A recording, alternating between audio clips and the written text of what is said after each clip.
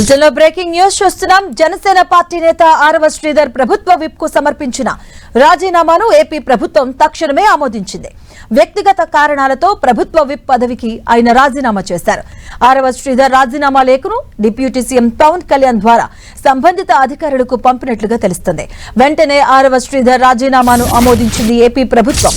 ప్రస్తుతం ప్రభుత్వ విప్ పదవి ఖాళీగా ఉంది. తదుపరి నియామకంపై కూటమి ప్రభుత్వం త్వరలోనే నిర్ణయం తీసుకోనుంది.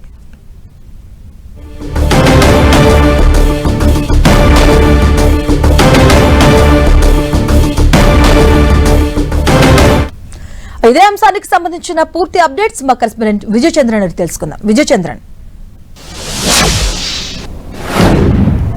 ప్రభుత్వ విప్పుకు సంబంధించినటువంటి పదవుల్లో జనసేనకు కేటాయింపులో రైల్వే కూడూరు ఎమ్మెల్యే అరవ శ్రీధర్కు కేటాయించడం జరిగింది.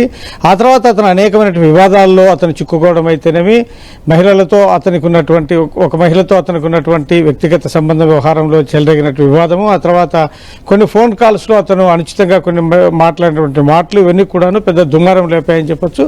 ఈ నేపథ్యంలో ప్రతిపక్షాల పెద్ద ఎత్తున అతని మీద ఆరోపణలు చేయడం అయితేనేమి, తర్వాత పార్టీలో కూడాను అతనికి కొంత వ్యతిరేకత ఈ నేపథ్యంలో అరవ శ్రీధర్ ప్రభుత్వ పదవికి రాజీనామా చేయాల్సినటువంటి గత్యంతరం ఏర్పడింది. ఈ మేరకు జనసేన అధిష్టానము అరవ శ్రీధర్కు ఆదేశాలు జారీ చేయడంతో అతను ఇటీవల కొద్ది రోజుల క్రితం సెక్రటరీకి వచ్చి ఆ పార్టీ అధ్యక్షుడైనటువంటి పవన్ కళ్యాణ్కు తన రాజీనామా లెక్కను సమర్పించడం జరిగింది.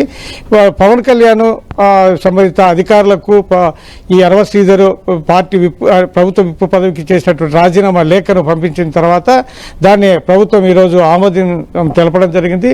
అనేక వివాదాల నేపథ్యంలో తన వ్యక్తిగత కారణాల రీత్యా ఈ తన పదవికి రాజీనామా చేస్తున్నట్లుగా అరవ శ్రీధర్ తన రాజీనామా లేఖలో పేర్కొనడం జరిగింది.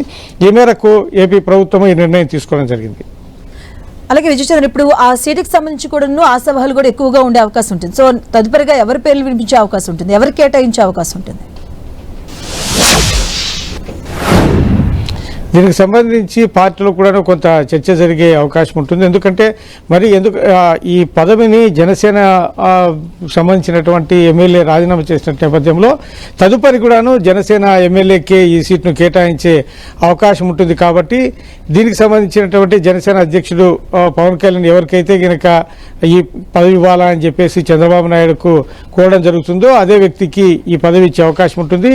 ఈరోజే దీనికి సంబంధించిన రాజీనామా లేఖ ఆమోదం పొందింది. కాబట్టి ఎవరిని ఈ పదవికి ఎంపిక చేస్తే బాగుంటుందనేది జనసేన పార్టీలో చర్చించుకున్న తర్వాత తదుపరి వారి నిర్ణయం తీసుకొని ప్రభుత్వానికి చంద్రబాబు నాయుడుకు తమ సిఫారసును చేయడం జరుగుతుంది. ఆ తర్వాత ఆ వ్యక్తికి ఆ ఎమ్మెల్యేకు ఈ పదవినిచ్చే అవకాశం ఉంది.